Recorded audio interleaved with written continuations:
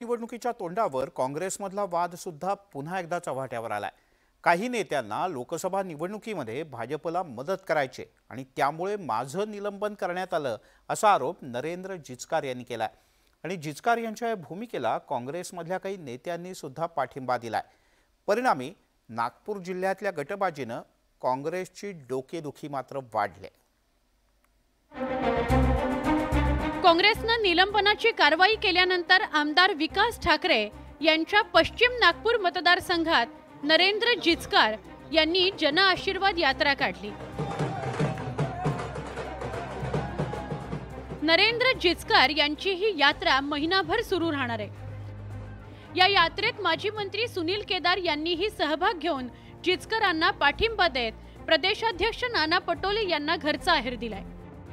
या सगळ्या घडामोडींमुळे लोकसभा निवडणुकीच्या आधी पुन्हा एकदा काँग्रेसला अंतर्गत गटबाजीने घेरल्याचं बघायला मिळतंय।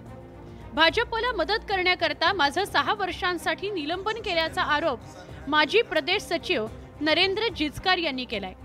काही दिवसांपूर्वी झालेल्या काँग्रेसच्या आढावा बैठकीत प्रदेशाध्यक्ष नाना पटोले, विरोधी पक्षनेते विजय वडेट्टीवार यांच्या समोर आमदार विकास ठाकरे आणि नरेंद्र जिचकार यांच्यात वाद झाला होता।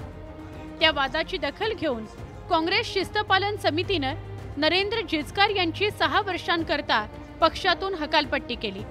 संबंधित मी वरिष्ठाशी मी न्याय मागणार आहे आणि त्यासाठी एक जन आशीर्वाद नावाने मी ही कालपासनं जवळपास 1 महिना ही माझी जन आशीर्वाद यात्रा ही सुरू राहील। या माध्यमातून मी लोकांकडे जाणार आहे आणि माझ्यावर कसा माझ्या पार्टीच्या लोकांनी अन्याय केला हे मी सांगणार आहे, त्यांचं समर्थन घेणार आहे। विरोधी पक्षनेते विजय वडेट्टीवार यांनीही नरेंद्र जिचकार यांच्या भूमिकेचं समर्थन केलंय। त्यामुळे वडेट्टीवार यांनी नाना पटोले यांच्या विरोधात पुन्हा एकदा आक्रमक भूमिका घेतल्याचं दिसतंय। सुनील केदार सुटल्यानंतर त्यांच्यासोबत जर नरू जिचकार जात असतील तर त्यांचे वैयक्तिक संबंध त्या ठिकाणी आहेत। वैयक्तिक संबंधापोटी प्रेमापोटी जाणं मला वाटतं वाईट नाही आणि त्यासाठी ते गेलेत। आम्ही एखादा व्यक्ती जर अन्याय झाला असेल तर त्यांच्यासोबत उभे राहिलो तर गैर काय, आणि मलाही वाटतं की सुनील केदारांची भूमिका योग्य आहे। नरेंद्र जिचकार यांना मनापासून शुभेच्छा। काळाची गरज लक्षात घेते त्यांनी चांगला उपक्रम त्या ठिकाणी सुरू केला। या उपक्रमाच्या माध्यमातून ह्या नवीन पिढी जी जनरेशन आहे त्यांना आपल्या विचारामध्ये आणि पुढच्या येणाऱ्या सगळ्या विषयावर फार मोठ्या क्लॅरिटी येईल। 2019 मध्ये झालेल्या विधानसभा निवडणुकीत काँग्रेसने नागपूर जिल्ह्यात 4 उमेदवार निवडून आणले होते।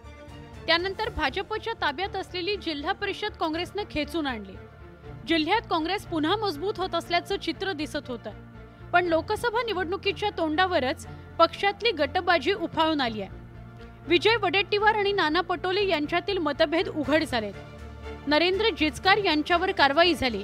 परिणामी काँग्रेसला आगामी काळात वाटचाल करणं बिकट होणार असल्याचं स्पष्ट झालंय। नागपूरहून उदय तिमांडेसह ब्युरो रिपोर्ट, न्यूज 18 लोकमत।